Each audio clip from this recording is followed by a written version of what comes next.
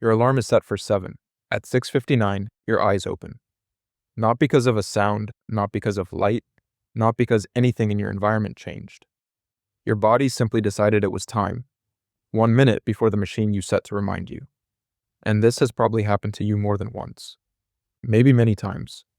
And each time it happens, it feels slightly uncanny, like something in you knew. Something in you did know. And the story of how is one of the more quietly remarkable things your biology does without your permission or your awareness. The first thing to understand is that your body runs on time, not metaphorically, literally. Every cell in your body contains a set of genes that function as a molecular clock, cycling through a roughly 24-hour pattern of activation and suppression. These are called circadian rhythms, from the Latin circa diem, meaning about a day, and they govern almost every biological process you have: hormone release, body temperature, metabolism, immune function, digestion, and crucially, the sleep-wake cycle itself. The master controller of this system is a tiny cluster of neurons in the hypothalamus, called the suprachiasmatic nucleus. It contains only about 20,000 neurons, which sounds like a lot, until you remember the brain has roughly 86 billion. But those 20,000 neurons are doing something extraordinary. They are running a biological clock that synchronizes almost every other clock in your body. And they are doing it continuously, day and night, whether you are conscious or not. Neuroscientist Joseph Takahashi at UT Southwestern, whose work on the molecular mechanisms of circadian rhythms earned him some of the most significant awards in biology, found that these clocks are not simply passive timekeepers. They are predictive systems. They do not just respond to the time of day. They anticipate it. The clock begins preparing your body for waking roughly 1 to 2 hours before you actually wake up, regardless of what time that is. If you always wake at 7, your body begins its preparation process at 5 or 6. This preparation is biological and measurable. Your core body temperature, which drops during deep sleep, begins rising. Your cortisol levels, the hormone often called a stress hormone, but which also serves as a powerful waking signal, begin surging. Research by endocrinologist John Bourne at the University of Lübeck found that people who expected to wake at a specific time showed a significant rise in adrenocorticotropic hormone, which triggers cortisol release, beginning approximately an hour before the expected wake time. Critically, this rise did not occur in people who did not know what time they would be woken, or who expected to wake at a different time. The anticipatory hormonal surge was specific to the expected wake time. The brain had to know when it was going to be disturbed. This is one of the most counterintuitive things about sleep. The sleeping brain is not simply offline. It continues monitoring the environment, tracking the passage of time, and making predictions about the near future. Researchers have found that even during deep sleep, the brain processes auditory information selectively, responding more strongly to your own name than to other sounds of equivalent volume. The sleeping brain is a monitoring system on low power, not a system that is switched off. The anticipatory waking mechanism is also why the alarm clock experience is so common and so specific. When you set an alarm with strong intention, particularly when you set it under conditions of mild anxiety about being on time, you are essentially programming a prediction into your brain's forecasting system. You are telling it, something important happens at this time. Prepare. And the brain, being a prediction machine that has evolved to prepare for anticipated events, does exactly that. This is also why the phenomenon is more common on high-stakes mornings. The night before a flight, a job interview, an important meeting.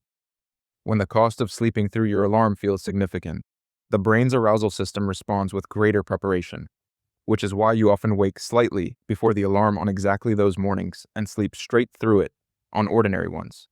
The system is not applying equal effort to all mornings. It is calibrating its response to the perceived stakes. But the clock that makes this possible is not only in your brain. Chronobiologist Satchin Panda at the Salk Institute has spent years studying peripheral clocks, the biological clocks that exist in nearly every organ and tissue in the body. Your liver has a clock. Your lungs have a clock. Your skin has a clock. They are all synchronized to the master clock in the hypothalamus, but they run somewhat independently and can be influenced by different inputs. The master clock is primarily set by light. The peripheral clocks are heavily influenced by when you eat, when you exercise, and when you regularly sleep and wake. This means that if you wake at the same time every day for long enough, every clock in your body starts anticipating that wake time. Your liver begins preparing to process food. Your core temperature begins rising. Your cortisol begins surging. Your gut begins activating.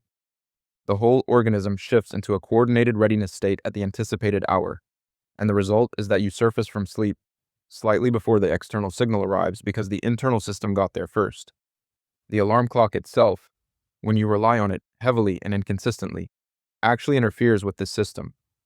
When you go to bed at wildly different times, wake at different times, use the alarm to wake you regardless of where you are in your sleep cycle, you are essentially telling the circadian system that there is no reliable pattern to anticipate.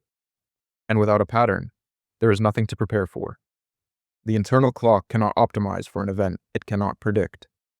This is why sleep researchers consistently find that people who maintain highly regular sleep schedules, same bedtime, same wake time, including on weekends, tend to wake up feeling better, report higher quality sleep, and are more likely to wake naturally just before or exactly at their intended wake time. The regularity is not just a correlation with good habits, it is the mechanism. Regularity gives the circadian system the information it needs to do what it is actually built to do, prepare you in advance. There is something worth sitting with here. Your body is running a 24-hour biological clock that has been tuning itself to your life for years. It has learned your patterns, your typical wake times, the rhythms of your week. And every morning when you wake slightly before the alarm, you are feeling the output of that system doing its job correctly. Not magic, not coincidence. A prediction generated by one of the oldest and most sophisticated biological systems your species evolved. The fact that it sometimes gets the answer right to within a minute is not a curiosity. It is a demonstration. Your body knows what time it is because it has been keeping time, continuously and precisely, since before you were aware of time at all. So the next time your eyes open at 6:59, with your phone dark and silent on the nightstand, and you feel that small, strange sense that something in you knew, you are right. Something in you did know. It has always known.